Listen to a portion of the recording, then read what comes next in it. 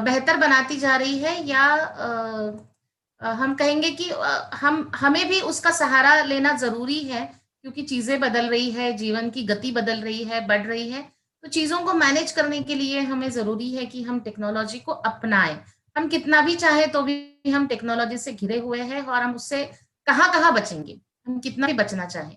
तो हमें उसे एक्सेप्ट करना और उसे हेल्दी वे में एक्सेप्ट करना ये जरूरी है। तो ये पैंडेमिक हुआ, लेकिन अगर ये नहीं भी होता, पैंडेमिक हुआ, तो हो सकता है कि हम में से ज्यादातर लोगों ने आईसीटी के या टेक्नोलॉजी बेस्ड एजुकेशन सिस्टम को, या क्लासरूम में आईसीटी का कितना उपयोग होना चाहिए, कर सकते हैं, इस विषय के महत्व को समझा। या जिन्हें पता था, हम में से बहुत सारे लोग, मैं जानती हूँ कि हम ऐसे भी है कि हमें पता है, लेकिन जो हमारा ट्रेडिशनल एजुकेशन पैटर्न है उसमें हमें समय नहीं मिलता, या नई चीजें सीखने का अवसर नहीं मिलता। सीखते हैं, जैसे हम लोग भी रिफ्रेशर के लिए जाते हैं, हम लोग शॉर्ट टर्म कोर्स के लिए जाते हैं प्राध्यापक, तो हमें बहुत सारी चीजें बताई जाती है, सिखाई भी जाती है। लेकिन जैसे होता है, जैसे हम बच्चों को भी कहते हैं कि आज सीखा है तो घर जाकर पढ़ना है, आज सिखाया है तो आज का काम आज ही करना है, आज का जर्नल आज ही कंप्लीट करना है। लिटरेचर है आपका, तो आपको ये नॉवेल पढ़ना ही है, 3-4 बार आप पढ़िए तो आपको इंटरेस्ट आएगा, स्टोरी पता चलेगी, वोकेबुलरी समझ में आएगी, उसका प्ले का क्या कॉन्टेक्स्ट है, रेफरेंस है, वो समझ में आएगा। और बच्चे नहीं पढ़ते हैं और सिर्फ जो क्लास में होता है उतना ही श्रवण उनका होता है, तो उस पर उतना बेहतर परफॉर्म नहीं कर पाते। तो जो हम स्टूडेंट्स को बताते हैं, वो जब हम स्टूडेंट के रोल में होते हैं, जब कुछ नया सीखते हैं, तो वो हम पर भी लागू होता है। तो हम कई सारी चीजें कोर्सेस में, रिफ्रेशर में, अभी पिछले साल तो बहुत सारे ऑनलाइन कोर्सेस हुए, वर्कशॉप्स हुए, एफडीपीज हुए, इस विषय को लेकर भी हुए कि आईसीटी को कैसे हम और ज्यादा बढ़ा सकते हैं या बेहतर कर सकते हैं। लेकिन जो मेरा एक ऑब्जर्वेशन है कि समय के ना होने के कारण, या चीजों के कंप्यूटर या लैपटॉप या मोबाइल हैंडलिंग में हम बहुत सहज नहीं होने के कारण, कई बार हम चीजें सीखते हैं और फिर उसे प्रैक्टिस नहीं करते। तो चीजें पता होती है लेकिन वो प्रैक्टिस में नहीं आती, समय अभाव के कारण प्रैक्टिस नहीं होती, या तो उसकी उस समय जरूरत नहीं होती तो हम उस समय उसे छोड़ देते हैं, ये तो याद नहीं आता, या तब कोई हेल्प नहीं मिलती कि हम इसे कैसे करें। तो अभी ये पेंडेमिक हुआ तो हम उसमें ढकेले गए, लेकिन अगर हम उसमें धकेले नहीं भी जाते, तो भी आने वाले कुछ सालों में बहुत गति से टेक्नोलॉजी हमारे रेगुलर क्लासरूम टीचिंग तक बहुत गति से उसका प्रवेश होता, जो कि अब हो चुका है, हम कहेंगे। तो समझ लगता ये है कि ये सिर्फ पेंडेमिक के कारण नहीं हुआ है, ये अनिवार्य रूप से हमारे प्रोफेशन का ये भविष्य है। हमारे प्रोफेशन में आने वाले, जिन में तो कॉलेज में भी हमेशा बात होती है, तो हम कहते हैं कि जिनका 5 साल, रिटायरमेंट को जिनके 5 साल हैं या उससे अधिक समय है, उन्हें भी इसमें इससे होकर ही गुजरना है। एक आध साल जिनको बचा है वो ठीक है, वो करेंगे तो उनको संतोष होगा कि उन्होंने कुछ नया सीखा, नया किया, या बच्चों को, उनके स्टूडेंट्स को फायदा हुआ। पर जिन जिन लोगों को 5 साल है, वो तो इससे हम बच नहीं सकते। जिनको तो बहुत साल है, उनको तो बहुत सारा टर्न अराउंड अभी देखना बाकी है। हो सकता है 360 डिग्री चेंज हो जाए। जब तक हम लोग, मतलब जो यंग है हम में से, जो रिटायर होंगे, तब तक तो कितने चेंजेस हो जाएंगे, टेक्नोलॉजी कितनी आ जाएगी, या एजुकेशन सिस्टम ही पूरा ट्रेडिशनल पैटर्न जो है वो बदल जाएगा, वो हम अभी सोच भी नहीं सकते, इतनी चेंजेस हो सकते। तो तीसरा पॉइंट जो है कि लोकल से लेकर ग्लोबल तक, पहले हमारा जो एक सीमित दायरा था एजुकेशन का, तो उसमें हम इतना टेक्नोलॉजी पर निर्भर नहीं थे, या टेक्नोलॉजी भी उतनी सक्षम नहीं थी, या उतना उसका उतनी व्यापक नहीं थी। आज तो हर जिसके हाथ में मोबाइल है, उसके पास बहुत अच्छा इंटरनेट स्पीड और इंटरनेट पैकेज है, डेटा पैक है, तो जिससे हम बहुत सारी चीजों को देख सकते हैं, समझ सकते हैं। अनलिमिटेड डेटा सर्विस लोग आ चुके हैं, और 3G हो गया, 4G हो गया, 5G भी हो जाएगा, और पता नहीं और कितना इसमें एडवांसमेंट होगा। तो बहुत कम समय में, पहले जब हम कंप्यूटर सीखते थे, या जब हमने सीखना शुरू किया, तो जब कुछ चीजें इंटरनेट पे ढूंढनी होती थी या डाउनलोड करनी होती थी, तो जो चीजों को 1 घंटा लगता था, वो काम आज 15 मिनट में होता है। तो ये गति भी आवश्यक है, इस गति से जुड़ना भी आवश्यक है, क्योंकि हमारी लोकल लेवल से लेकर ग्लोबल प्लेटफॉर्म तक ये टेक्नोलॉजी हमें जोड़ रही है। पिछले कुछ सालों में अगर आपने महसूस किया होगा, तो बहुत सारे ऑनलाइन प्लेटफॉर्म्स ऐसे आ चुके हैं जहां पर आपको या तो फ्री या तो मिनिमल चार्जेस के साथ आप वर्ल्ड वाइड या वर्ल्ड लेवल के जो इंस्टीट्यूट्स है या यूनिवर्सिटीज है, उसके कोर्सेज हमारे बच्चे कर सकते हैं। हम भी कर सकते हैं अगर हमें वो चीजें सीखनी है और अपने कैपेबिलिटी में या हमारे एजुकेशन में अगर कुछ और ऐड करना है, तो हमारे लिए भी वो अवेलेबल है। तो ऐसे बहुत सारे दरवाजे खुल चुके हैं और उन उन सबको लोकल से लेकर ग्लोबल तक सब चीज़ों को एक-दूसरे के साथ जोड़ने वाली ये टेक्नोलॉजी ही है। तो इसमें अपॉर्च्युनिटी भी है, जैसे इन चीज़ों का प्रेशर आता है, वैसे अगर हम इसे रिस्पॉन्ड करें, अगर हम इसे खुलकर देखें, अपनाने की कोशिश करें, तो बहुत सारी अपॉर्च्युनिटीज़ भी हमारे लिए हैं। जहाँ हम जैसे कल मुदोलकर सर ने भी बताया कि हम बहुत अच्छी कंटेंट क्रिएट कर सकते हैं, हम एक्सपीरियंस टीचर्स हैं, तो हम कंटेंट क्रिएशन के साथ हमें कंट्रीब्यूट कर सकते हैं। हम अपना एग्जिस्टेंस वहाँ पर भी बनाकर रख सकते हैं। आज हमारा एग्जिस्टेंस हमारे कॉलेज कैंपस में, हमारे क्लासरूम में है। लेकिन अगर हम टेक्नोलॉजी की मदद लेकर हम वर्चुअल एग्जिस्टेंस हम भी हमारा बना लेते हैं और धीरे-धीरे उसका स्कोप बढ़ाते हैं, धीरे-धीरे उसका दायरा, उसका होराइज़न जो है वो अगर हम उसको एक्सपांड करते रहते हैं, उसका विस्तार करते हैं, तो आने वाले समय में हमारे लिए भी एक हो सकता है कि एक क्वालिटेटिव ग्रोथ हो, वर्टिकल ग्रोथ हो उसमें और अपॉर्च्युनिटीज भी वहां पर नंबर ऑफ अपॉर्च्युनिटीज है। कहने का तात्पर्य ये है कि पेंडेमिक के कारण हुआ हो या टेक्नोलॉजी एडवांसमेंट के कारण हुआ हो, ये जो भी चीजें हैं, इसे हमें करना ही है, अपनाना ही है। अ, अनिवार्य रूप से है, इसको अनिवार्य रूप से करना पड़ रहा है, इस तरह से देखेंगे तो शायद मुश्किल लगेगा, लेकिन हम अगर उसे सकारात्मक रूप से लेते हैं, समझते हैं और उसे समय देते हैं, तो ज़रूर ये चीज़ इतनी भी मुश्किल नहीं है करने के लिए। सिर्फ जैसे मैंने कहा कि सीखना, उसके बाद उसका अभ्यास करना, उसकी प्रैक्टिस करना, जितना अभ्यास करेंगे, जितना हम उसमें सहज बनेंगे और जितना सहज बनेंगे, उतना वो चीज़ करने में हम आनंद ले पाएँगे। तो वहां तक पहुंचने की जरूरत है, जो हम स्टूडेंट्स को बताते हैं वो हमारे लिए भी एप्लीकेबल है। तो मुझे लगता है कि सीख कर उसका अभ्यास करके उसमें सहज होने का ये बहुत, this is the high time हम कह सकते हैं। ये अब इसके बाद शायद हमें दोबारा इतना समय नहीं मिलेगा कि हम चीजों को सीखें और उसका अभ्यास करें और उसमें सहज हो जाए। सहज हो जाएंगे तो आनंद आएगा, चीजें करने में संतोष भी मिलेगा और नई नई क्रिएटिव थॉट्स आएंगे, नई चीजें समझ में आएंगी, नया करने का उत्साह बढ़ेगा। बढ़ती उम्र के साथ हम बहुत सारी चीज़ों में बहुत हम कहते हैं ना कि सेटल हो जाते हैं, मतलब जो एक उत्साह होता है छोटी उम्र का या सीखते हुए जो एक एक्साइटमेंट होता है नया सीखने का, कुछ अचीव करने का, वो शायद अगर हमारे प्रोफेशन ने हमें थोड़ा-सा उस प्लेटो पे लाके खड़ा कर दिया है कि अब तो हो गया, अब क्या सीखना, अब क्या जो चल रहा है बस ऐसा, अब तो ऐसे ही चलेगा रिटायरमेंट तक। तो अगर आप चाहते हैं या अगर हम सोचते हैं तो बहुत सकारात्मक रूप से हम इन नई चीज़ों को सीख कर अपने आप के लिए भी कोई एक सकारात्मक चुनौती रख सकते हैं, चीज़ों का उत्साह से उसका स्वागत कर सकते हैं, नया आनंद ले सकते हैं और हम सभी के लिए अचीवमेंट होगी अगर हम इन चीज़ों को इस तरह से कर पाएँ। अगर हम आगे बढ़े तो जैसे मैंने कहा कि ये पूरे 1.5 साल में हमने जो हमारा एजुकेशन पैटर्न रहा, अलग-अलग इंस्टीट्यूट्स में, अलग-अलग कॉलेजेस में अलग-अलग तरीके से रहा।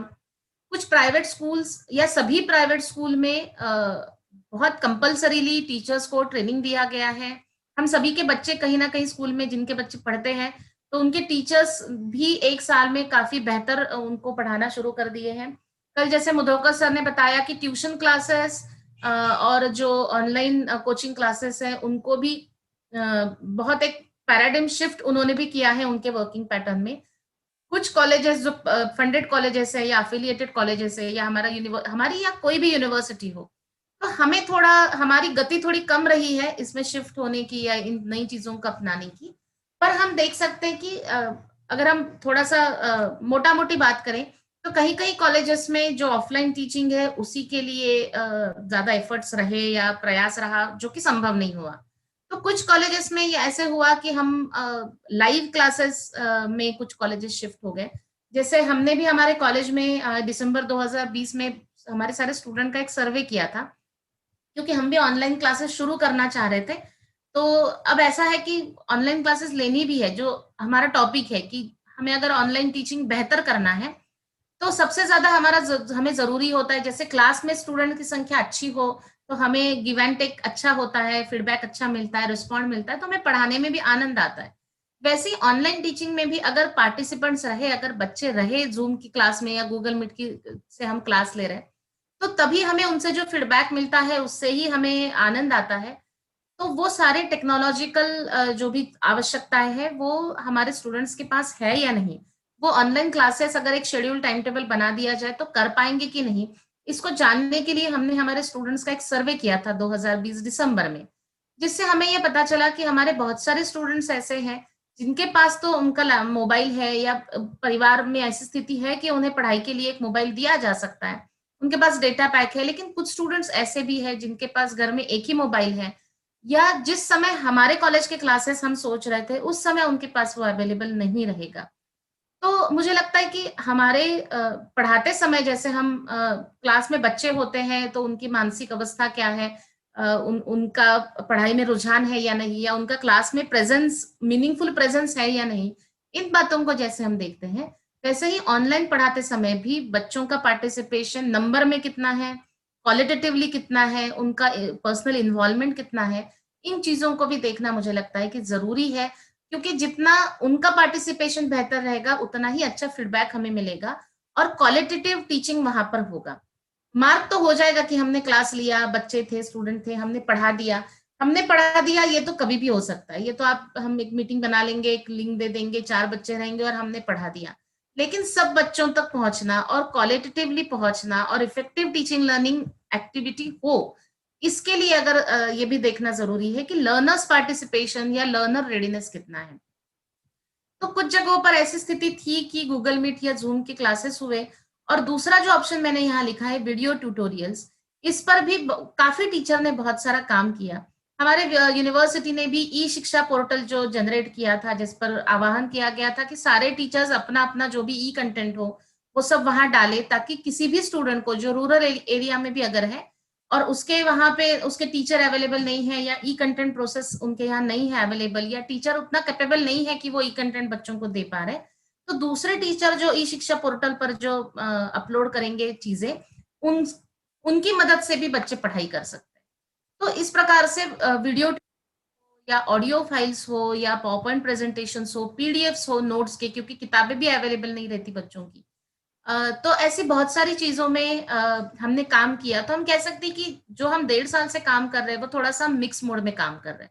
अब इसमें ही हम कितना और बेहतर कर सकते हैं, ये सोचने का विषय है, हमारे आज का टॉपिक भी वही है। दूसरा, अगर हम बात करें ब्लेंडेड मोड, ये तो मैंने जो पहले सेगमेंट में जो चीजें रखी, ये तो जो हम कर रहे हैं या करते आ रहे हैं, या शायद इसके आगे भी इसी तरीके से चीजें चलेंगी और बेहतर करने की कोशिश करेंगे।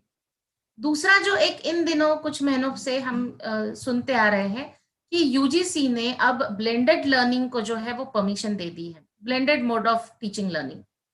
यहाँ ये जो सेशन अभी शुरू हुआ, इस सेशन में भी कुछ पोर्शन जो क्रेडिट बेस्ड कोर्सेज जो चलते हैं उसमें कुछ भाग जो है वो ऑनलाइन जो स्वयं के कोर्सेस है या मूक के कोर्सेस है उनके जरिए होगा। ये तो पहले से स्ट्रेटेजी थी, पॉलिसी थी, उसका इम्प्लीमेंटेशन भी हो रहा था जहां जहां सीबीसीएस पैटर्न चल रहा था। लेकिन उसके आगे जाकर अब 40% जो आपका टीचिंग सिलेबस है वो आप ब्लेंडेड मोड में, मतलब आप ऑनलाइन पढ़ा सकते हैं, और 60% जो होगा वो क्लासरूम टीचिंग होगा। ये यूजीसी ने इसके बारे में जो है बात शुरू कर दी है, और धीरे धीरे जो जो इंस्टीट्यूट, जो जो यूनिवर्सिटीज इन सब चीजों को करने के लिए इंफ्रास्ट्रक्चर वाइज, फैकल्टी वाइज और टीचर रेडीनेस के हिसाब से जिनकी तैयारी होगी, वो धीरे धीरे इसे ऑप्ट करते जाएंगे। और जैसा कि हम नैक में भी हमने देखा, आईक्यूएसी में भी देखा कि पहले कुछ साल कुछ चीजें आवाहन किया जाता है कि आप अगर पॉसिबल है तो आपके लिए कीजिए।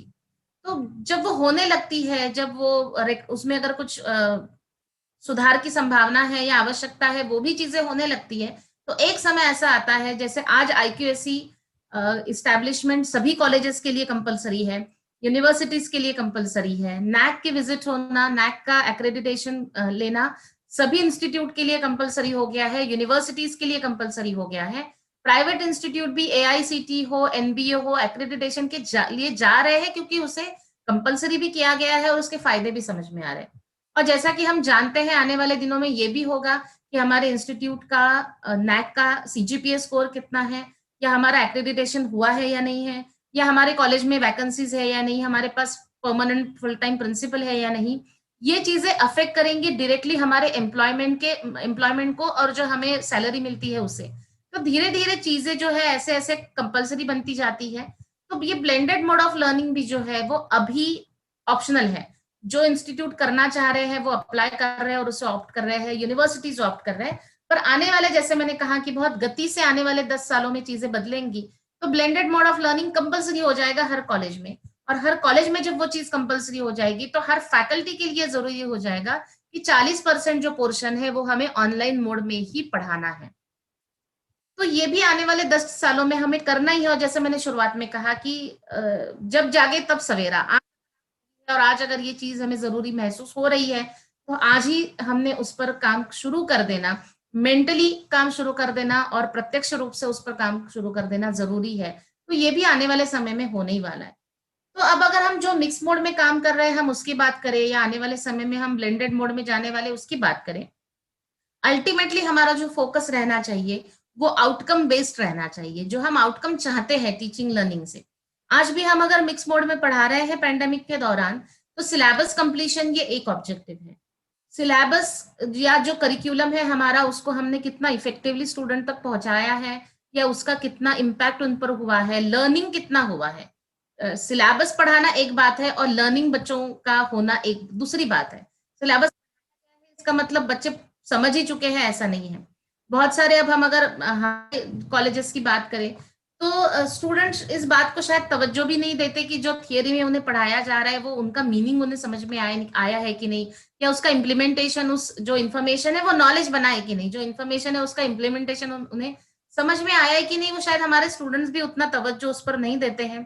परीक्षार्थी होते हैं कुछ स्टूडेंट, तो उनको सिर्फ सिलेबस, नोट्स और परीक्षा पास करने का ही उनका तात्पर्य होता है, या उतनी गंभीरता से नहीं देखते हैं एजुकेशन को।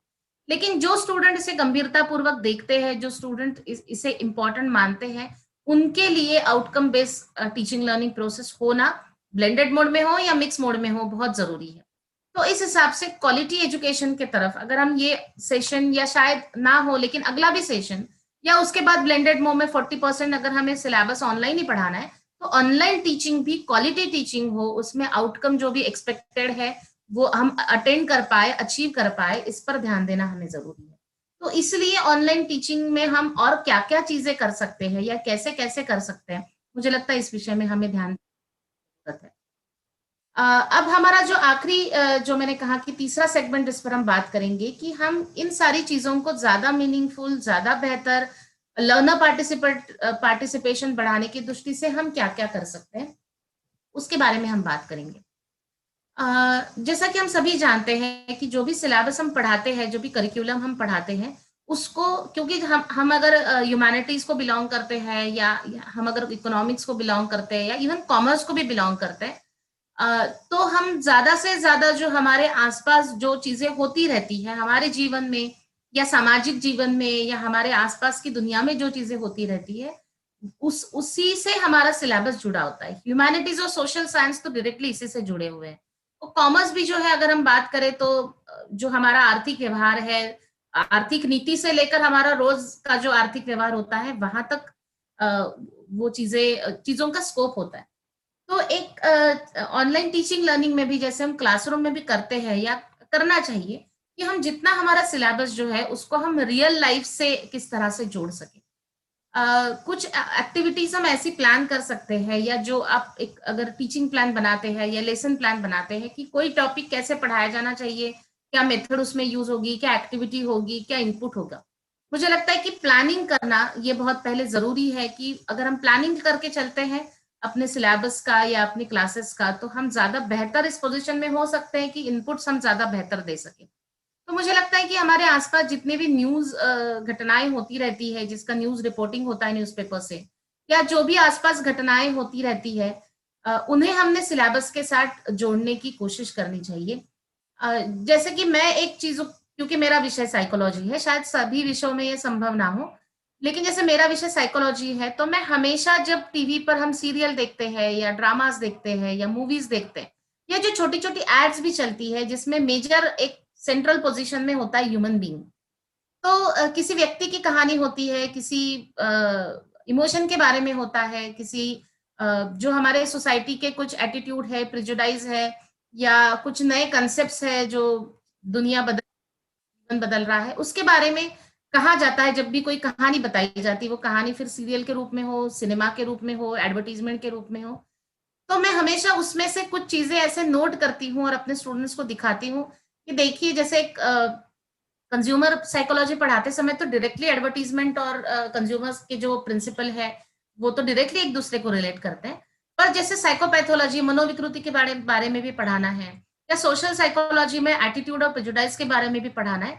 तो यहाँ से और ये सारे जो मूवी या एडवर्टीजमेंट या ड्रामाज या अगर हम बात करें कि शॉर्ट स्टोरीज होती है या शॉर्ट फिल्म्स होती है जो बहुत ही क्रिएटिवली बनाई जाती है, जो कि बिना कुछ कहे बहुत सारा मैसेज देती है, तो बहुत क्रिएटिव इनपुट्स ये हो सकते हैं हमारे क्लासरूम या इवन ऑनलाइन टीचिंग लर्निंग के लिए।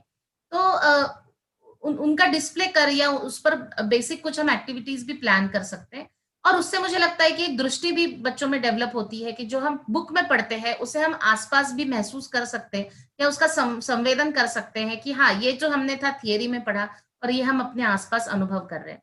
तो इस प्रकार के लिटरेरी इनपुट्स जो भी होंगे, आजकल तो बहुत सारी ई बुक्स भी अवेलेबल है, हम ई रिसोर्सेस के बारे में भी बात करेंगे। तो संस्कृत की भी आज इतनी सारी किताबें ऑनलाइन अवेलेबल है, तो हम बच्चों को इन्हें पढ़ने के लिए दे सकते हैं, उस पर बेस्ड कुछ एक्टिविटी ले सकते हैं। तो इस प्रकार से मतलब लाइब्रेरी में रखी हुई किताब तो 4 ही होंगी शायद, और वो एक समय एक ही बच्चे को दी जा सकती है अगर हम इशू करते हैं तो। पर इस प्रकार के अगर हम ऑनलाइन जो भी रिसोर्स उससे ढूंढे तो हम एट ए टाइम सारे बच्चों को अवेलेबल करा के दे सकते हैं। तो इस प्रकार के इवन सोशल मीडिया जो कि आज बच्चों के बहुत ही नजदीकी जो विषय है, उसका भी सहारा हम ले सकते हैं, हेल्प ले सकते हैं, और उसे हम अपने एक्टिविटीज उस पे बेस्ड एक्टिविटीज भी प्लान कर सकते हैं या उसे सिलेबस इम्प्लीमेंटेशन में हम जोड़ सकते हैं। कुछ ये चीजें हम मुझे लगता है कि हमने ध्यान में रखनी चाहिए जब हम ऑनलाइन टीचिंग लर्निंग प्लान करते हैं तब, कि क्या क्या चीजों के बारे में हम अवेयर हो या क्या क्या चीजों के बारे में हम सावधानी बरते कि वो चीजें हो रही है कि नहीं।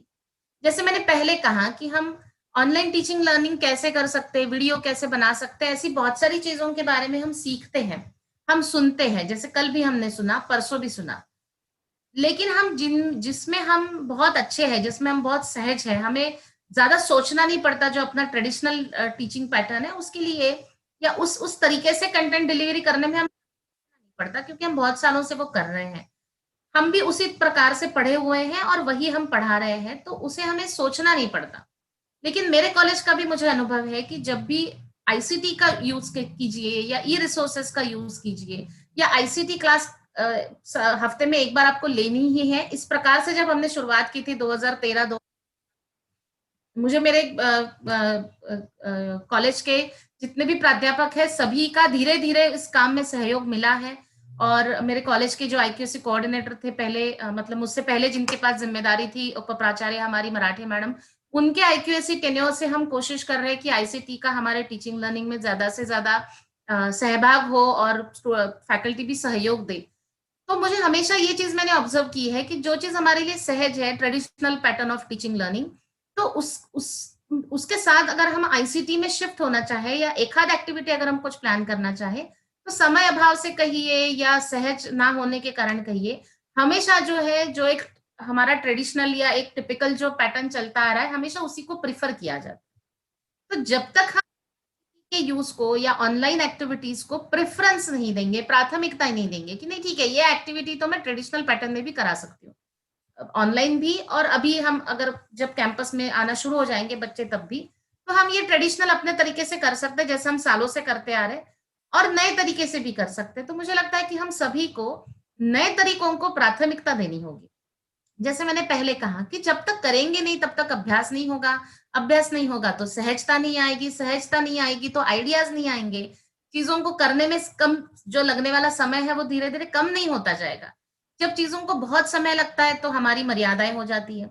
जब चीजें करने में या एक प्रेजेंटेशन बनाने में या एक वीडियो बनाने में अगर हमको स्ट्रेस आता है कि अच्छा होगा कि नहीं, कैसे करेंगे, फिर सारी चीजों को जोड़ना, ये देखो वो देखो, तो जितना असहज होंगे, जितनी ये चीजें हमारे लिए नहीं होंगी ना, वो उतना ही हमें तनाव देंगी, थका देंगी हमें वो चीजें।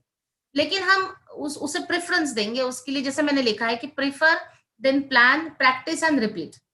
तो जब हम उसे प्राथमिकता देंगे, हम उसके बारे में सोचेंगे, तो उसका कुछ प्लान बनाएंगे कि हाँ मुझे ये वीडियो बनाना है या मुझे एक पावर पॉइंट प्रेजेंटेशन बनाना है, जो कि हमारे यहाँ फैकल्टीज करना अब सीख गई है बहुत अच्छे से, कि अगर एक वीडियो बनाना है तो कैमरे की तरफ देखकर बात करने में शायद हम उतना अभी तैयार नहीं है, अगर या बहुत ज्यादा एरर्स होते हैं, फिर उसे एडिट नहीं कर सकते या एडिट करने में बहुत समय जाता है, तो बेस्ट पहला एक आपके लिए ऑप्शन है कि आप एक पावर पॉइंट प्रेजेंटेशन बना लीजिए, उसको वॉइस ओवर जो है, अपना आवाज जो है उसके साथ रिकॉर्ड कीजिए और उसका वीडियो फॉर्मेट बना दीजिए।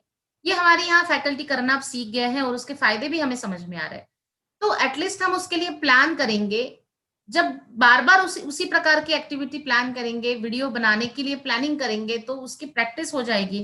प्रैक्टिस हो जाएगी तो उसके बाद भी अगली बार भी हमें उसी करना है, मतलब फिर अगली एक्टिविटी के लिए हमें प्रेफरेंस देना पड़ेगा, फिर उसका प्लान करना पड़ेगा और फिर उसका प्रैक्टिस धीरे धीरे हमें होगा।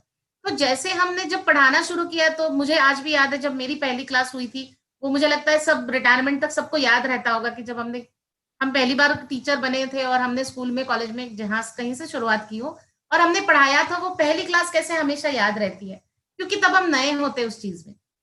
लेकिन रोज क्लास में जाते हैं, रोज रोज एफर्ट्स डालते थे, रोज मेहनत करते थे। पहले शुरुआती 2 साल में तो नोट्स बनाने से लेकर अपने जो वरिष्ठ सहकारी है उनसे इनपुट्स लेकर बहुत सारी चीजें हमने की। इसलिए आज हम ट्रेडिशनल पैटर्न में जो है सहज हो गए, हमको बहुत प्रैक्टिस हो गई। तो नई चीजों के लिए भी इनपुट्स देने पड़ेंगे, एफर्ट्स देने पड़ेंगे, समय देना पड़ेगा, वो माइंडसेट बनाना पड़ेगा, तभी वो चीजों की प्रैक्टिस होगी। और जब हम उसमें सहज हो पाएंगे तभी उसका आनंद ले पाएंगे। दूसरी इंपॉर्टेंट चीज जो मुझे लगती है कि बीइंग क्लियर अबाउट आइडियाज। हमें ऑनलाइन टीचिंग करते समय भी क्या करना है, हमें सिर्फ लाइव क्लास लेनी है, या उसमें हमें कुछ डिस्कशन का टॉपिक रखना है, या हमें सिर्फ किताब पढ़कर बताना है, या हमें सिर्फ वर्ड बाय वर्ड सिर्फ नोट्स रीड करके एक एक कंसेप्ट उन्हें समझा देना है बच्चों को, या हमें कोई एक्टिविटी भी लेनी है। कई बार जब हम कोई एक्टिविटी प्लान करते हैं, जैसे मैं आगे 2-4 एग्जांपल्स जो एक्टिविटीज मैंने ली है उसके बारे में मैं आपको बताना चाहूंगी। जैसे सर ने कहा था कि आप शेयर कीजिए, तो कोई भी एक्टिविटी जब प्लान करते हैं तो उसका कुछ बैकग्राउंड वर्क करना पड़ता है ना। तो अगले 15 दिन बाद मुझे ये एक्टिविटी लेना है, ऐसा मैं आज डे 1 पे जब सोचती हूँ, तब उसका कुछ बैकग्राउंड वर्क मैं कर सकती हूँ, और 15वें दिन बहुत अच्छे तरीके से वो एक्टिविटी भी होगी, और एक्टिविटी में जितना विचार, जितना समय, जितनी मेहनत मैंने डाली, उतना आउटपुट भी मुझे मिलेगा। तो आज सोचा और कल हो गया, इस प्रकार से लाइव क्लास हो सकती है कि मैंने शाम को लिंक बनाई और मैंने सुबह क्लास ले ली। लाइव क्लास तो हो जाएगी, आपको सिलेबस पढ़ना हो जाएगा, बुक पढ़ना हो जाएगा, नोट्स बताना हो जाएगा, लिखवाना हो जाएगा। लेकिन activity based, interactive, participative, innovative तरीके से अगर हमें मीनिंगफुल, ज्यादा आउटकम बेस्ड अगर अपनी क्लास को बनाना है, तो उसके लिए प्लानिंग लगेगा, तो उसके लिए थोड़ा पहले से सोचना शुरू करना होगा। इसलिए टीचिंग प्लान या लेसन प्लान बनाना मुझे लगता है कि काफी बेहतर है। हमने भी कॉलेज में टीचिंग प्लान, लेसन प्लान बनाना अभी शुरू कर दिया है। धीरे धीरे उसमें क्वालिटेटिव इनपुट्स और बढ़ाते जाएंगे, तो मुझे लगता है कि प्लानिंग का जो पोर्शन है वो भी धीरे धीरे उसमें आता जाएगा। तो दूसरा मुझे लगता है कि अगर ये सब चीजों के बारे में हमें क्या करना है, कैसे करना है, अगर हम पहले से सोचते हैं, तो फिर हम तीसरा जो पॉइंट है कि मीनिंगफुल डिलीवरी। मीनिंगफुल मतलब किताबों से थोड़ा आगे, नोट से थोड़ा आगे, कंसेप्ट से थोड़ा आगे। थियरी है, कंसेप्ट है, हमने बता दी, उसको जोड़ेंगे प्रैक्टिकल से तो वो थोड़ा मीनिंगफुल हो जाएगा। उसे उसके साथ हम किसी घटना का, या जैसे कोई राजनीतिक घटना है, कोई आर्थिक घटना, कोई पॉलिसी बदली है, उसका डिस्कशन करेंगे, उसे प्रैक्टिकल जमीन से, जीवन से अपने जोड़ेंगे। क्या उससे कुछ जैसे हमारा साइकोलॉजी सब्जेक्ट है, तो पढ़ाते समय हम बच्चों को इतनी सारी चीजें हमें ऐसा लगता है कि बताना चाहिए, कुछ हम बता पाते हैं समय अभाव के कारण, कि जो रियली वो शायद किताब में नहीं है पर उनके जीवन के लिए जरूरी है। कम्युनिकेशन पढ़ाते समय सिर्फ कम्युनिकेशन की डेफिनेशन और उसका मॉडल पढ़ा के नहीं होता, बच्चों में कम्युनिकेशन स्किल डेवलप हो, इसके लिए भी हमें कुछ इनपुट्स देना जरूरी हो जाता है। वो शायद सिलेबस में नहीं लिखा होता, पर वो करिकुलम का पार्ट होता है।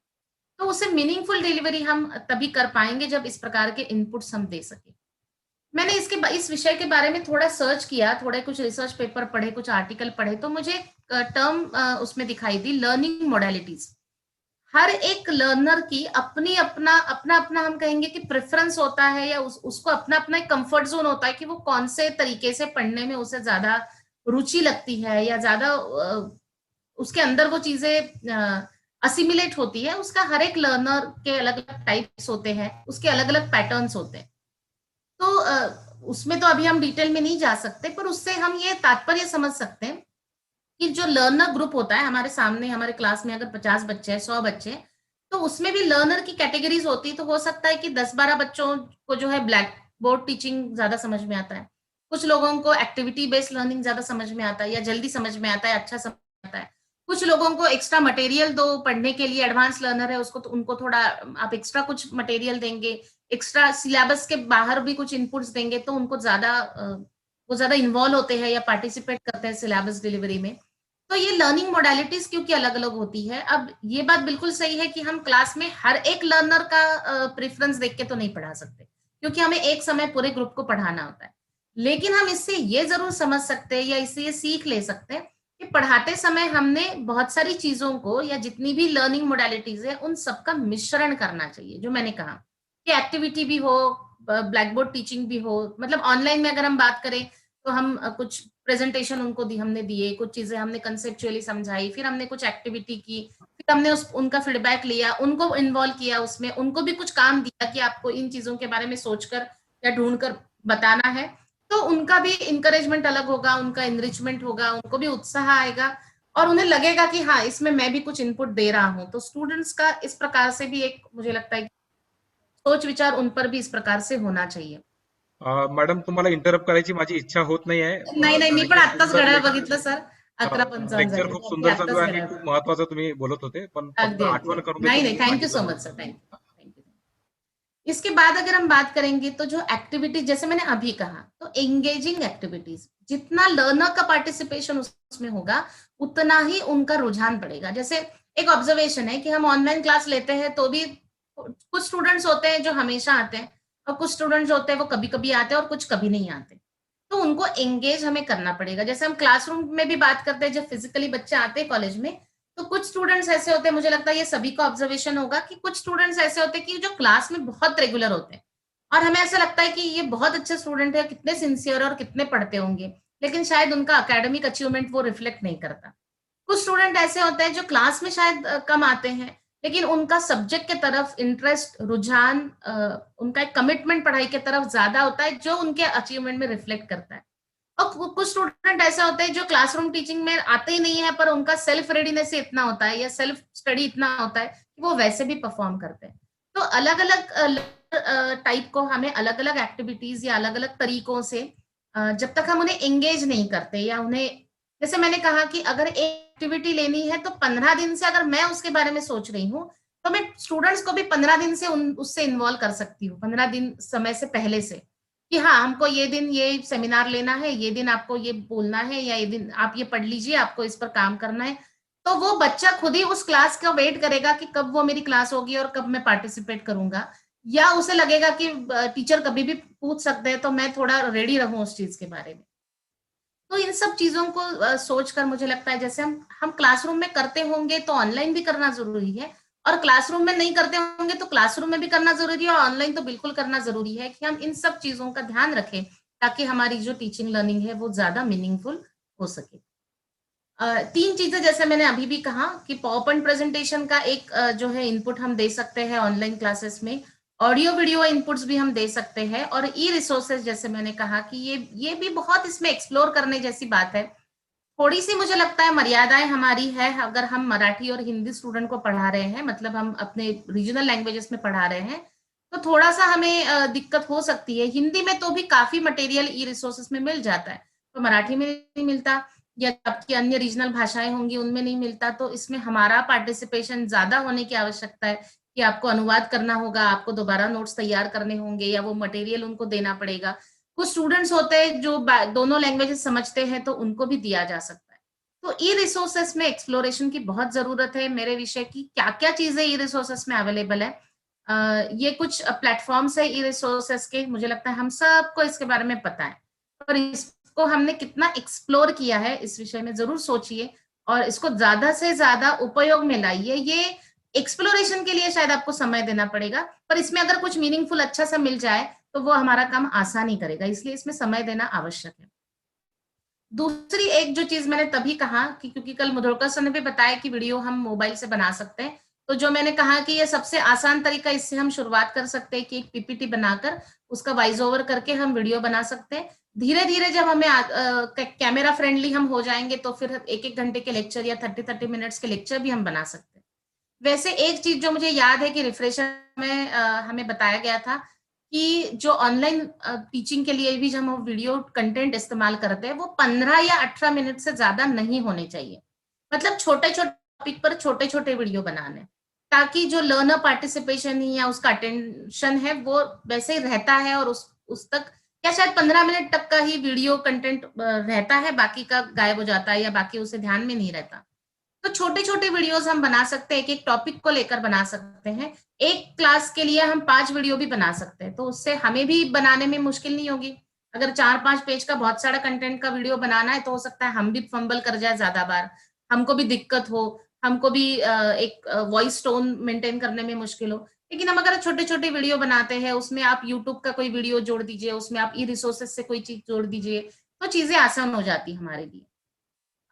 थोड़ा सा आगे जो मैंने अभी बात की कि बच्चों से कनेक्ट करना, उन एकेडमिक्स के बाहर भी जितनी भी चीजें उनके प्रॉब्लम्स है, जैसे मैंने कहा ना कि अभी ये चीजों में तो बच्चों को बहुत प्रॉब्लम है, तो उन्हें मेंटोर करना अपने सब्जेक्ट के अलावा भी, उससे कनेक्ट नेटवर्क अच्छा बनता है। उनके साथ एम्पथाइज करना, उनकी क्या समस्याएं हैं, उनकी क्या दुविधाएं हैं, उससे एम्पथाइज करना, उस पर खुलकर चर्चा करना। 1-2 क्लासेस अगर हम ऐसे भी रखते हैं अगर साल भर में, तो मुझे नहीं लगता कि वो वेस्ट ऑफ टाइम होता है।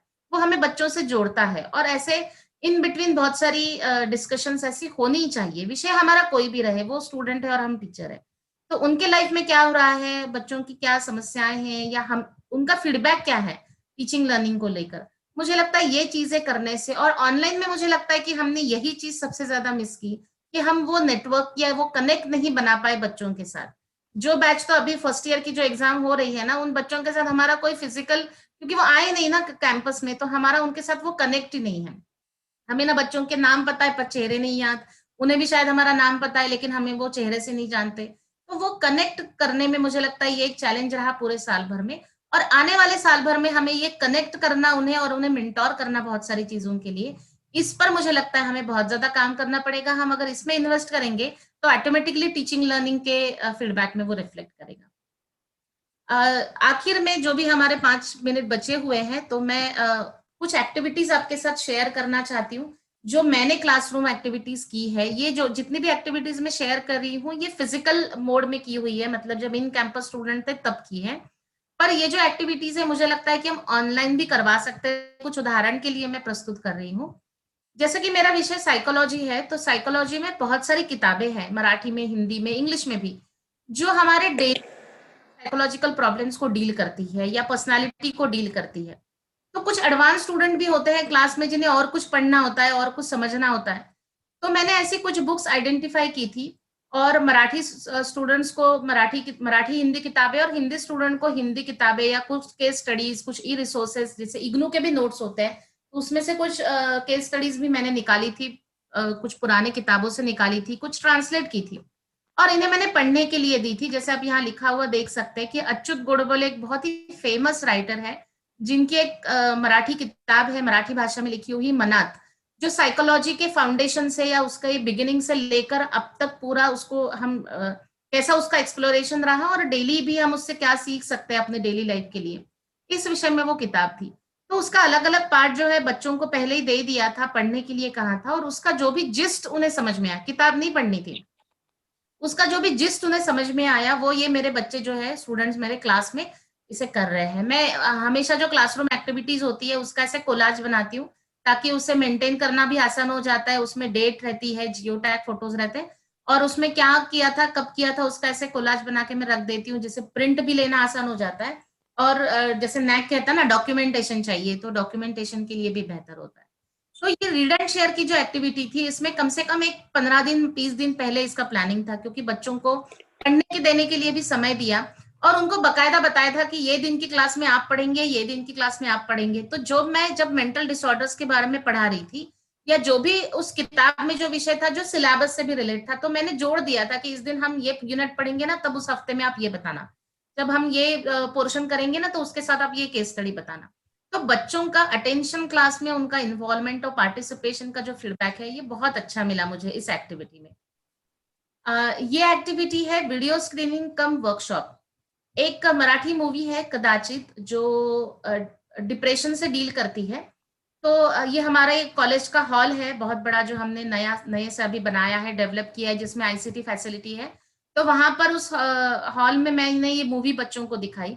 हमने आईसीटी सेल के तरफ से, जो आप यहाँ लिखा हुआ देख रहे होंगे ना, माध्यम शिक्षा, माध्यम में ना शिक्षा किसी मतलब टेक्निकल या से या उस माध्यम से, आईसीटी के माध्यम से बच्चों को हम कुछ पढ़ा रहे हैं, तो हमने उस एक्टिविटी को माध्यम शिक्षा नाम दिया है। तो जो भी ऐसे ई रिसोर्सेज रहते हैं, वीडियोज रहते हैं, ऐसे आईसीटी टूल्स जो है हमारे टीचर शो करते हैं बच्चों को और उस पर कुछ एक्टिविटी लेते हैं।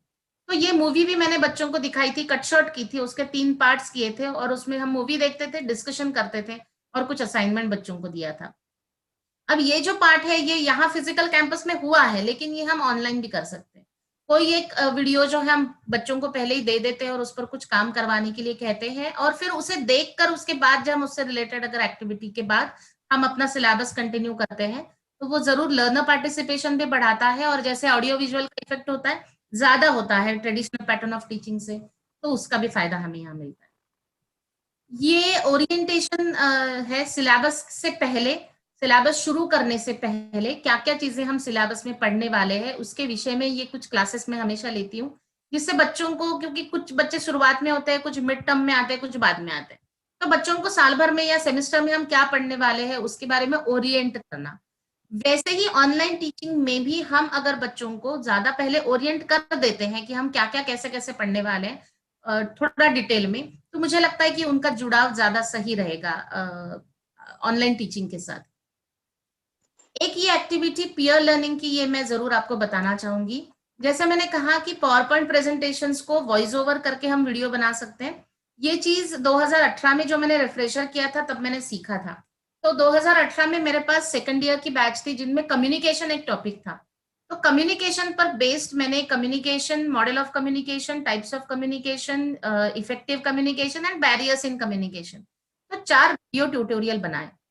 मतलब आप देख सकते हैं यहाँ पे स्क्रीन पर ये पॉपअप प्रेजेंटेशन है ना, पीछे दिख रहे हैं। इनको मैंने वॉइस ओवर दिया था, मतलब मैंने वो प्रेजेंटेशन में जो भी कंटेंट था उसे समझाया था। पीयर लर्निंग की एक कंसेप्ट उसी रिफ्रेशर में बताई गई थी कि कुछ स्टूडेंट जो है वो दूसरे स्टूडेंट के साथ मिलकर वो एक दूसरे को सिखाते हैं, समझाते हैं। आपका भी अनुभव होगा कि कभी कभी जो चीजें हम जिस भाषा में, जिस तरीके से या जिस उदाहरण के साथ बच्चों को समझाते हैं, वो शायद उन्हें किसी बच्चे को अगर समझ में नहीं आ रही, तो दूसरे उनके फ्रेंड अगर उनको समझाते हैं तो उनका, उनकी बोलने की भाषा ही अलग होती है या उनकी एक दूसरे के साथ अंडरस्टैंडिंग ही अलग होती है, तो वो हमसे भी झट से वो समझ जाते हैं जब उनके दोस्त उन्हें समझाते हैं। और हमें ये भी पता है, ये भी हमने अनुभव किया है कि जब हम किसी को सिखाते हैं ना तो हम ज्यादा अच्छे से समझते हैं। तो जो बच्चे नहीं समझ पा रहे उनको वो बच्चे स्टूडेंट सिखाएंगे, वो समझ चुके हैं, तो जो समझाएंगे उनका भी वो पोर्शन पक्का हो जाएगा, और जिन्हें पहले नहीं समझा था उनको पीयर लर्निंग से समझ में आ जाएगा। ये उसके पीछे का कंसेप्ट है। तो ये जो ट्यूटोरियल मैंने बनाए थे ये मैंने ग्रुप वाइज बांट दिए थे। बांटते समय मैंने कुछ स्टूडेंट जो है उसमें 2 एडवांस लर्नर थे, 2 स्लो लर्नर थे। हमारे क्राइटेरियन 2 में भी हमें ये स्टूडेंट असेसमेंट के बारे में बताया है नैक ने। तो ऐसे ग्रुप बनाए थे, तो जो एडवांस लर्नर थे ना उन्होंने ये वीडियो देखकर कुछ अपनी तैयारी की थी, और ये फिर क्लास में उसे जो है स्लो लर्नर और एडवांस लर्नर जो मिलकर है यहाँ पर क्लास में प्रेजेंट कर रहे हैं, और हमने उस पर डिस्कशन किया था, और इसका भी फीडबैक बहुत अच्छा था। तो इस प्रकार से भी वीडियो ट्यूटोरियल के जरिए हम अपने ऑनलाइन टीचिंग को जो है ज्यादा पार्टिसिपेटिव और इनोवेटिव बना सकते हैं। तो जो ये अलग और चीजें जो है, जैसे मैंने बताया, ओरिएंटेशन हो, मतलब बच्चों के साथ नेटवर्किंग करने के लिए हम उन्हें ओरिएंट कर सकते हैं, हम उनके ब्रिज कोर्सेस ले सकते हैं। गूगल क्लासरूम का भी एक बहुत अच्छा जरिया है। जो बच्चे क्लासेस में नहीं आते हैं, ऑनलाइन क्लासेस में, या तभी के तभी हमने कुछ नोट्स दिए वो नहीं भी देखते हैं, तो गूगल क्लासरूम एक प्लेटफॉर्म है जिसको अगर हम गूगल क्लासरूम बनाते हैं की, तो हम सारी कुछ चीजें यहाँ पर रख सकते हैं। मैंने कोई फला फला वीडियो क्लास में दिखाया था, मैंने कोई पावर पॉइंट प्रेजेंटेशन शेयर किया था, मैंने कोई वीडियो ट्यूटोरियल यूट्यूब पे डाला हुआ शेयर किया था, तो वो भी मैं अपने गूगल क्लासरूम से जोड़कर रख सकती हूँ वहां पर। बच्चों को एग्जाम के पहले रहे कभी भी जरूरत पड़े तो बच्चे गूगल क्लासरूम को विजिट करेंगे, और वो वीडियो भी देख सकते हैं, वो पढ़ भी सकते हैं, वो नोट्स भी देख सकते हैं, या जो भी चीजें हैं वहां पर हम इसे बहुत अच्छे से यूज कर सकते हैं। और क्लासरूम एक्टिविटीज जो भी है वो भी जैसे मैंने अभी कुछ चीजें आपके साथ डिस्कस की, तो ये भी जरूरी है हमारे ऑनलाइन टीचिंग में। अगर हम अभी ये साल में अगर हम बेसिक काम कर रहे थे, तो इन चीजों पर हमें थोड़ा अभी ग्रो होना पड़ेगा, ज्यादा एफर्ट्स करने पड़ेंगे, ताकि उसमें क्वालिटी जो ऑनलाइन टीचिंग की वो बढ़े और वो मीनिंगफुल भी बने। तो ये कुछ इनपुट्स और थे कुछ जो एग्जाम्पल भी मैंने शेयर करना चाहा, तो ये कुछ इनपुट्स थे मेरे तरफ से कि हम मीनिंगफुल अपने ऑनलाइन टीचिंग लर्निंग को कैसे बना सकते हैं। मैं समझती हूँ कि ये जो भी चीजें मैंने बताई, आईसीटी टूल्स के बारे में बताया, ये 1 घंटे में एक्सप्लेन करना संभव नहीं है। मैंने कल सोनी सर से भी बात की कि सर एक्चुअली ये वीडियो ट्यूटोरियल कैसे बनते हैं, पावर पॉइंट प्रेजेंटेशन कैसे बनते हैं, उसको वॉइस ओवर कैसे दे सकते हैं, या कैमरे पर भी हम अपना मोबाइल कैमरे से भी वीडियो बनाकर कभी उसे एडिट करना पड़ता है, कभी उस पर टॉपिक लिखना होता है, उसे कभी कंप्रेस करना होता है, फिर यूट्यूब पे अपलोड करना होता है, फिर उसकी लिंक शेयर करनी होती है, या गूगल क्लासरूम भी बनाना है, उस पर बहुत सारी चीजें डालनी है। तो हो सकता है कि हर एक टीचर का या प्राध्यापक का उसमें जो उनकी जो क्षमता है वो कम ज्यादा हो ये सारी चीजें करने की। तो ये तो हमने 1 घंटे के लेक्चर में हमने सिर्फ एक्सप्लोर किया कि क्या किया जा सकता है। एक्चुअल क्या किया जा सकता है, इसके लिए वर्कशॉप होना चाहिए, एक अच्छा ज्यादा समय देकर ज्यादा पार्ट मतलब डीपी होना चाहिए। जैसे पिछले साल जब ये लॉकडाउन लगा था, मैं मुझे पता है कि समय थोड़ा ज्यादा हो रहा है, पर ये मेरे इंस्टीट्यूट की एक अचीवमेंट है, इसलिए मैं इसे जरूर शेयर करना चाहूंगी कि जब लॉकडाउन लगा था और बहुत सारे हम सारे टीचर्स के सामने ये था कि हम लॉकडाउन में बच्चों को कैसे पढ़ाएंगे, क्योंकि पिछले मार्च अप्रैल में हमें नहीं पता था कि परीक्षा ऑनलाइन होगी। हम ये सोच रहे थे कि जब भी लॉकडाउन खुलेगा और परीक्षा होगी बच्चों की तो एक्चुअल में जैसे होती वैसे होगी, और अगर सिलेबस कंप्लीट बच्चे क्या करेंगे। तो बहुत सारे टीचर को ये दुविधा हो रही थी कि हम बच्चों को ऑनलाइन पढ़ाना चाह रहे हैं, या हम पावर पॉइंट प्रेजेंटेशन बनाना चाह रहे हैं, या वीडियो बनाना कैसे बनाए। तो जो जैसे सर ने कहा कि मैं कुछ कुछ करती रहती हूँ, मुझे बहुत वो है कि नई चीजें सीखते रहो और करते रहो। तो मुझे बहुत सारे मेरे फ्रेंड, फैकल्टी, मेरे कलीग्स के फोन आए कि कैसे करेंगे। तो उसको जो हम बोलते हैं ना कि जब जरूरत है तभी उस चीज को करना चाहिए। तो हमने उसको सेंस मतलब हमने सेंस किया कि नहीं, अभी इस पर ट्रेनिंग की बहुत आवश्यकता है। और पिछले मई महीने में एक ऑनलाइन कोर्स 8 दिन का मेरे इंस्टीट्यूट की तरफ से मैंने प्रपोज किया, कि जिसमें हमने पावर पॉइंट प्रेजेंटेशन से लेकर छोटी छोटी चीजें, गूगल ड्राइव में क्या करते हैं, लिंक कैसे शेयर करते हैं, व्हाट्सएप को आप कैसे यूज कर सकते हैं, वीडियो कैसे शेयर करते हैं, ई रिसोर्सेस कैसे ढूंढते हैं, वीडियो एडिट कैसे करते हैं, ऐसे जितनी भी बारीक बारीक चीजें थी सबको जोड़कर 8 दिन का एक कोर्स हमने चलाया। और मुझे बहुत अच्छा लगता है ये बताते समय कि उसके 4 बैचेस हुए, पूरा जून महीने तक वो चला। तब वो लॉकडाउन था और मैं अकेली उसे कर रही थी, हैंडल कर रही थी, तो मुझसे संभव नहीं हुआ कि मैं उसे और करूं, नहीं तो उसके 8 बैचेस भी हो सकती थी, इतनी डिमांड थी टीचर फैटर्निटी से, और स्कूल के टीचर्स भी थे, कॉलेज के टीचर्स भी थे। और हर टीचर ने उस समय ये सीखा। और मतलब और वो भी मुझे बहुत अभिनंदन मैं करना चाहूंगी उन लोगों का जिन्होंने वो उन्होंने महसूस किया कि इसके आने वाली समय में जरूरत है, तो इसको कर लेना चाहिए। अभी हम घर पे हैं, वर्क फ्रॉम होम मोड में, और अभी हम इसे कर लेते, बेहतर रहेगा आगे के लिए। और जिन जिन्होंने उस समय समय रहते उससे सीख लिया, जो बात मैंने पहले की थी, मुझे बहुत सारे स्कूल के टीचर्स के भी फोन आते उसे सीखा ना। तो जब स्कूल शुरू हुआ तो हमने अपने कलीग्स को सिखाया, जब हमारे सुपरवाइजर को, प्रिंसिपल को पता चला कि हमें वीडियो बनाने आते हैं या हमें वीडियो एडिटिंग आता है, तो उन्होंने हमको कहा कि आप अपने बाकी टीचर्स का ट्रेनिंग लीजिए और उनको सिखाइए, ताकि अगले सेशन में हम बच्चों के लिए वो कर पाए। तो मुझे लगता है कि ये जो सीख चुके हैं उनको काफी बेहतर रहा ये सेशन, और जिन्होंने तब नहीं सीखा वो अब धीरे धीरे सीख रहे हैं। तो मुझे लगता है कि सीखने की इस प्रक्रिया को हम ऐसे ही रखते हैं अगर, तो धीरे धीरे हमारा जब उसमें पार्टिसिपेशन बढ़ेगा और इन्वॉल्वमेंट बढ़ेगी, तो हमारा क्लासरूम टीचिंग हो या ऑनलाइन टीचिंग हो, वो तो मीनिंगफुल और बेहतर होना ही है, क्योंकि वो हमारा नमस्कार। इनर सेल्फ है। हम टीचर्स हैं तो हम बच्चों को पढ़ाए बिना नहीं रह सकते। बस ये कुछ कंबाइन नहीं आईसीटी की जो चीजें जो लिमिटेशन है, या कुछ हमें मुश्किल लगती है ये चीजें करने में, उस पर थोड़ा आप एफर्ट्स डालिए, इसलिए मैं बहुत शुभकामनाएं देना। Thank you. और जैसे सर से बात हुई, अगर इस विषय में कोई ज्यादा भी एक्स्ट्रा इनपुट के साथ अगर बहुत बड़ा वर्कशॉप अगर हम प्लान कर सकते हैं तो वो जरूर करेंगे। मुझे लगता है कि जैसे अगर हमने सेंसिटाइज या अवेयर किया है कुछ पार्टिसिपेंट्स को कि नहीं, आने वाले समय के लिए इसे सीखना जरूरी है, तो उसे सिखाने की जिम्मेदारी भी हमारी बनती है। तो होपफुली हम आने वाले समय में उस प्रकार के भी इनपुट्स पार्टिसिपेंट्स को दे सकें। So thank you thank so you. Much from my side, thank you so much for listening.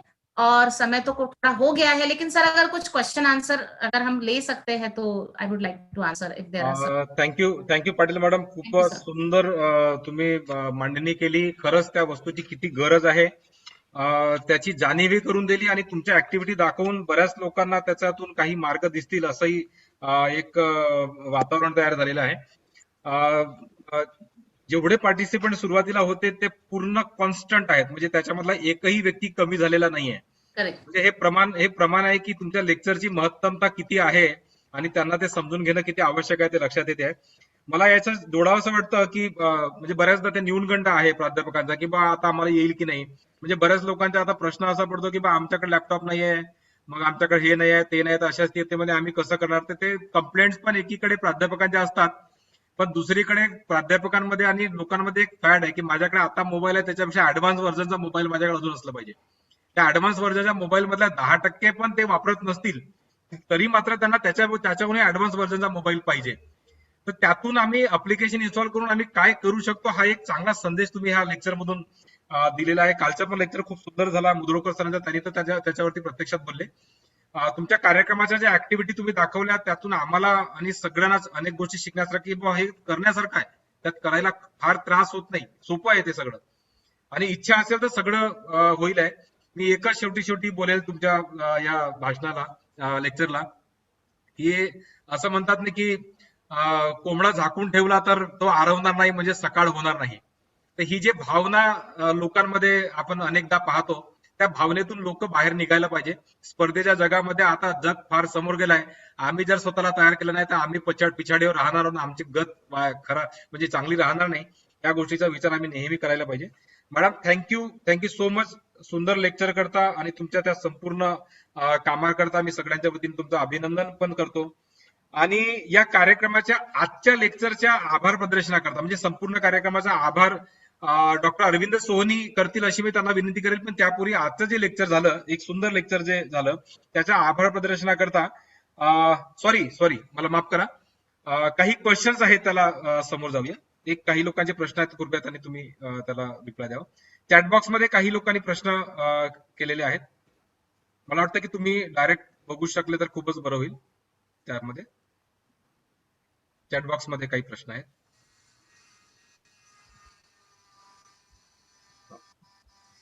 एक प्रश्न याच्यामध्ये आहे, ऍडव्हान्स सॉफ्टवेअर पीपीटी प्रिपेअरिंग साठी. तर पॉवर पॉईंट प्रेझेंटेशन हे तसंही मायक्रोसॉफ्टचं स्वतःचं अप्लिकेशन आहे. तर पॉवर पॉईंट प्रेझेंटेशन मध्ये आताचं जे लेटेस्ट व्हर्जन आहे 2019 एम एस ऑफिसचं जे लेटेस्ट व्हर्जन आहे त्याच्यामध्ये खूप चांगले ऑप्शन्स आणखीन आहेत. म्हणजे मी जो कोर्स घेतला तर त्यात पण माझ्या लक्षात आलं होतं की तेव्हा तर 2012चं व्हर्जन होतं, त्यातही होते, आणि 19 मध्ये तर आता आणखीन चांगले व्हर्जन आलेत. तर पॉवर पॉईंट प्रेझेंटेशन, ज्याला आपण पॉवर पॉईंट प्रेझेंटेशन म्हणतो, ते तर आपलं एम एस ऑफिसचं अप्लिकेशन आहे, पण ते अपडेटेड आपल्याकडे असेल तर आपण त्याचा जास्तीत चांगला फायदा घेऊ शकतो. अदरवाईज जर आपल्याला स्लाइड्स बनवायचे असतील, म्हणजे पुन्हा तोच विषय की पॉवर पॉईंट प्रेझेंटेशन हेच अप्लिकेशन एम एस ऑफिसचं आहे, तर त्याच्यामध्ये जे काही लेटेस्ट व्हर्जन एम एस ऑफिसचं आहे ते आपल्याकडे असलं पाहिजे असं आपण बघू शकतो. गुगल स्लाइड्स हा जो ड्राईव्हचा ऑप्शन आहे त्याच्यामध्ये पण काही वेगळे फीचर्स आहेत, ते आपण एक्सप्लोर करू शकतो आणि आपल्या पीपीटीला आपण थोडं चांगलं, आणखीन चांगलं करण्याचा प्रयत्न करू शकतो. दुसरा प्रश्न बारहाते सरांनी विचारलाय की मिक्स मोड आणि ब्लेंडेड मोड मध्ये काय फरक आहे. प्रश्न तुमचा अगदी बरोबर आहे सर. मिक्स मोड म्हणजेच ब्लेंडेड मोड. त्यामुळे ज्याच्यामध्ये आपण वेगवेगळ्या मेथोडॉलॉजीज किंवा मोडस ऑपरेंडी एकदम वापरतो त्यालाच आपण ब्लेंडेड, आपण त्या ब्लेंड करतो आपलं जे काही ऑब्जेक्टिव्ह असेल त्याच्यामध्ये, त्यामुळे त्यालाच ब्लेंडेड मोड म्हणतात.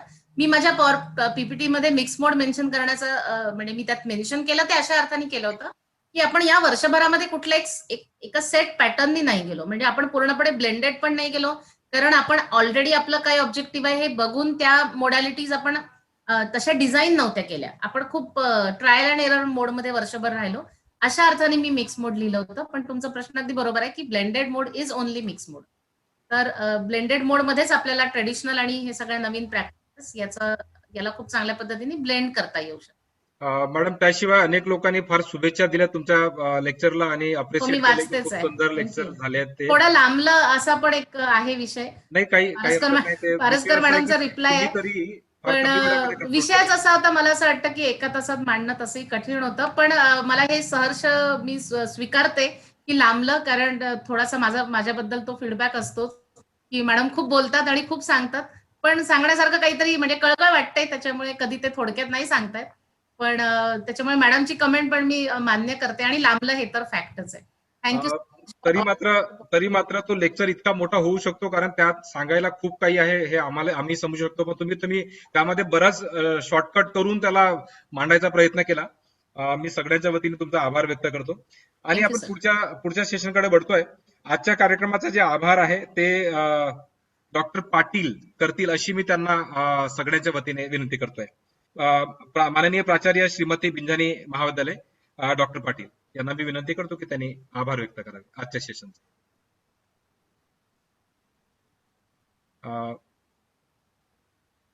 धन्यवाद मॅडम. ऐकू येतंय? येतोय मॅडम. हॅलो. हो, हा येतोय मॅडम आवाज प्रॉपर एकदम. दीपश्री पाटील मॅडम.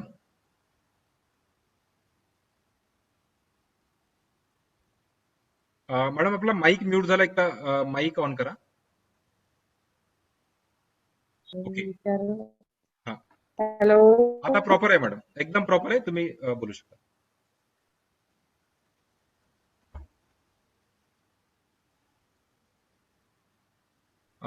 आपला माईक परत तो ऑफ होतोय. हो, आता प्रॉपर हॅलो. आहे. Am I audible? येतोय येतोय.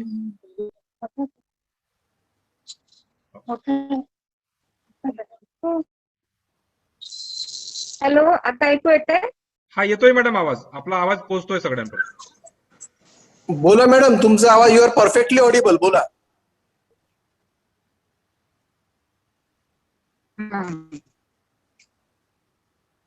सर्व महाविद्यालयांचे सन्माननीय प्राचार्य, प्राध्यापक वर्ग,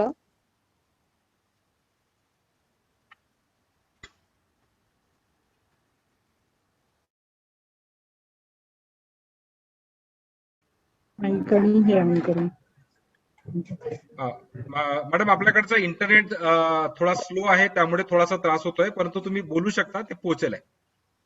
बरोबर. मी मराठी मॅडमच्या याच्यावरनं करते आता. ओके. चालेल चालेल चालेल. सर्व महाविद्यालयांचे सन्माननीय प्राचार्य आणि प्राध्यापक वर्ग, गेल्या 3 दिवसापासून आपण कोलॅबोरेटिव्ह फॅकल्टी डेव्हलपमेंट प्रोग्रामचा आपण एक सहभाग होतो. या पॅन्डेमिक सिच्युएशन मध्ये दिवसेंदिवस आपल्याला ऑनलाईन टीचिंग कसं अजून चांगलं कसं करता येईल आणि त्याचा आपल्या विद्यार्थ्यांना जास्तीत जास्त फायदा कसा होईल, उपयोग कसा होईल याचा विचार करणं गरजेचं आहे. म्हणून असे FDP प्रोग्राम वारंवार व्हावेत आणि तसं जर का झालं तर खूप जणांना याचा फायदा होऊ शकतो असं मला वाटतं. आपलं फर्स्ट डेला सोनाली मॅमचं लेक्चर होतं, त्याच्यानंतर मिस्टर प्रवीण मुधोळकर आणि लास्ट डेला आता आपला डॉक्टर अमृता बुसकुटे, तिघांनी आपले त्यांचा जो विषय होता अतिशय उत्तम रीतीने मांडला आहे मला असं वाटतं. आणि दिवसेंदिवस मला असं वाटतं आपलं जे ऑनलाईन टीचिंग आपण त्याचा विद्यार्थी म्हणजे त्यांचा इंटरेस्ट कसा डेव्हलप होईल हा जास्तीत जास्त विचार व्हावा असं मला प्रामाणिक माझं एक मत आहे असं वाटतं. आपण सगळे सुज्ञ जाणकार आहातच, याच्यातनं आपल्याला निश्चितच फायदा होईल आणि आपण याचा आपल्या ऑनलाईन टीचिंग मध्ये अधिक चांगला उपयोग कसा करून घ्याल त्यांनी आपलं प्रत्येकाने ठरवावं. धन्यवाद. मी आपले आभारी आहे.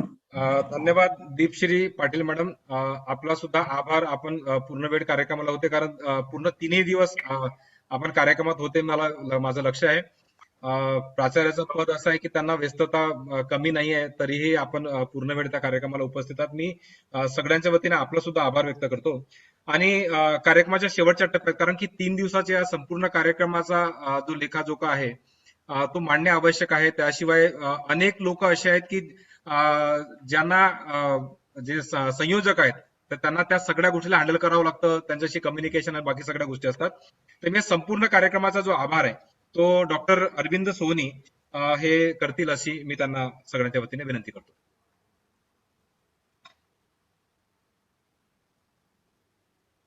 सर येतोय आवाज? धन्यवाद भोते सर. हा जो 5 महाविद्यालयांनी आयोजित केलेला 3 दिवसांचा कोलॅबोरेटिव्ह फॅकल्टी प्रोग्राम होता, या प्रोग्राम मध्ये उपस्थित असलेल्या सर्व प्राध्यापकांचे आणि प्राचार्यांचे मनपूर्वक आभार मानतो. एक गोष्ट इथे नमूद करणं आवश्यक आहे की आजच्या काळात कुठलीच इंडस्ट्री, कुठलाच बिझनेस आणि त्याचप्रमाणे कुठलीच अकॅडमिक इन्स्टिट्यूट ही एकटेपणाने काम करू शकत नाही. शेअरिंग हवं, देवाणघेवाण हवी, ती टेक्नॉलॉजीची हवी, ती इन्साइट्सची हवी, ती बेस्ट प्रॅक्टिसेसची हवी, त्याचप्रमाणे ती इनोव्हेटिव्ह प्रॅक्टिसेसची सुद्धा असू शकते. एकमेकांकडून शिकण्यासारखं आपल्याला भरपूर आहे. वेगवेगळ्या महाविद्यालयांची वेगवेगळी खासियत आहे आणि त्यांच्याकडून आजच्या काळात इतर महाविद्यालय शिकू शकतात. एक छोटंसं उदाहरण थांबण्यापूर्वी मला सांगायला आवडेल आहे की आज जर आपण भारतातल्या विविध कॉलेजेसच्या आणि युनिव्हर्सिटीच्या वेबसाईट जरी बघितल्या तरी आजच्या लेक्चरच्या संदर्भात बोलायचं तर इतक्या प्रत्येक विषयाशी संबंधित शेकडो स्लाइड्स, शेकडो पीपीटीज अवेलेबल आहेत त्या प्राध्यापकांनी अपलोड केलेल्या की आपल्याला अतिशय सुंदर पीपीटीज दुसऱ्यांनी बनवलेल्या वापरायला मिळू शकतात. So we can definitely learn from each other by cooperating which other. या भावनेतून या 5 महाविद्यालयांनी हा कार्यक्रम घेतलेला आहे. भविष्यात सुद्धा इतर कॉलेजेसनी जर सुद्धा आमच्याशी ते जुळले तर त्यांचं स्वागतच आहे आणि आपण 5 महाविद्यालय मिळून अजूनही काही कार्यक्रम चांगल्या नियोजनाने, चांगल्या पद्धतीने आणि अजून मिनिंगफुल करण्याचा प्रयत्न करू. एवढं सांगून मी आपल्या सर्वांची रजा घेतो आणि हा कार्यक्रम संपन्न झाला असं घोषित करतो. बहुते सर. Thank you Soni sir. आपण सगळ्यांचा आभार व्यक्त, खरं म्हणजे तुमच्या सगळ्यांच्या वतीने आभार व्यक्त करायला हवा की तुमच्या संयोजनामुळे सगळे 5ही कॉलेज एकत्र येऊ शकले. विशेषतः doctor Maitre sir, doctor Patil madam, Barahate sir ज्यांच्या सातत्याने आपल्याला मार्गदर्शन भेटत असतं, डॉक्टर अजित शिंगारपुरे आणि डॉक्टर टक्कामुरे या सगळ्यांच्या नियोजनामुळे हे शक्य झालं. मी आपल्या सगळ्यांचा, त्यांच्या वतीने तुमचा आणि सगळ्यांच्या वतीने त्या सगळ्यांचा आपण आभार व्यक्त करतो आणि कार्यक्रम संपला असं जाहीर करतो. धन्यवाद सर. धन्यवाद. नमस्कार. धन्यवाद. नमस्कार. नमस्कार.